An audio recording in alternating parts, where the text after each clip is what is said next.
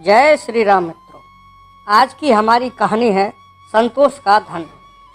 पंडित श्री रामनाथ शहर के बाहर अपनी पत्नी के साथ रहते थे। जब वो अपने विद्यार्थियों को पढ़ाने के लिए जा रहे थे तो उनकी पत्नी ने उनसे सवाल किया कि आज घर में खाना कैसे बनेगा, क्योंकि घर में केवल मात्र एक मुट्ठी चावल भर ही है। पंडित जी ने पत्नी की ओर एक नज़र से देखा, फिर बिना किसी जवाब के वो घर से चल दिए।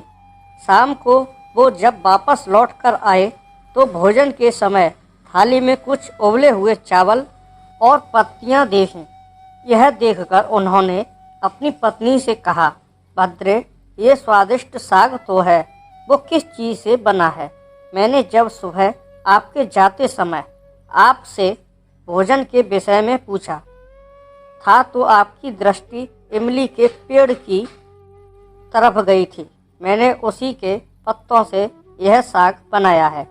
पंडित जी ने बड़ी निश्चितता के साथ कहा, अगर इमली के पत्तों का साग इतना स्वादिष्ट होता है फिर तो हमें चिंता करने की कोई आवश्यकता ही नहीं है।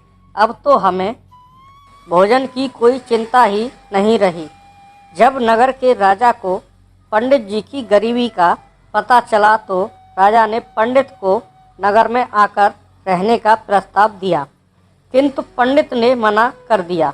तो राजा हैरान हो गया और स्वयं जाकर उनकी कुटिया में उनसे मिलकर इसका कारण जानने की इच्छा हुई।